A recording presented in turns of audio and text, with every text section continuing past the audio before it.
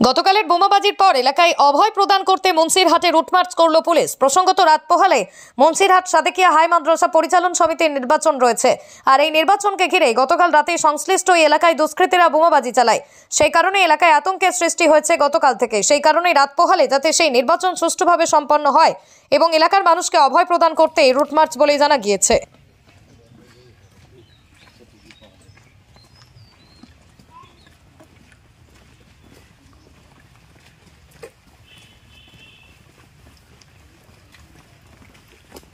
আপনার বাইক কেনার স্বপ্ন এবার হবে পূরণ, কারণ আমান হোন্ডা নিয়ে এসেছে একেবারে স্বল্প ডাউন পেমেন্টে বাইক বা স্কুটার কেনার সুবর্ণ সুযোগ। বিনা অ্যাকাউন্ট, লো সিভিল, ন্যূনতম ডকুমেন্টে আজই নিয়ে যান স্বপ্নের বাইক আপনার বাড়িতে। অতিরিক্ত ছাড় পেতে আজই যোগাযোগ করুন বামুনহাট আমান হোন্ডা শোরুমে। শর্তাবলী প্রযোজ্য। যোগাযোগ করুন 9002805414।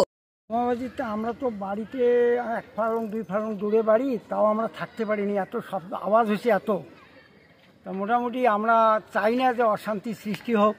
আমরা চাই প্রশাসনের কাছে এতটুকু অনুরোধ যে তারা যেন টহলদারি করে আর যেন শান্তিপূর্ণ আমরা ভোটটা চাই। শান্তিপূর্ণভাবে যেন ভোটটা হয়, শান্তিপূর্ণভাবে যেন আমরা থাকতে পারি, বসবাস করতে পারি গ্রামবাসী। এই জন্য আমরা প্রশাসনের কাছে অনুরোধ করছি যে তারা যেন এখানে প্রশাসন ঠিকমতো ব্যবস্থা নেয় এবং যাতে এইরকম অঘটনা আর না ঘটে। ফয়জার রহমান, মুন্সিরহাট বাড়ি।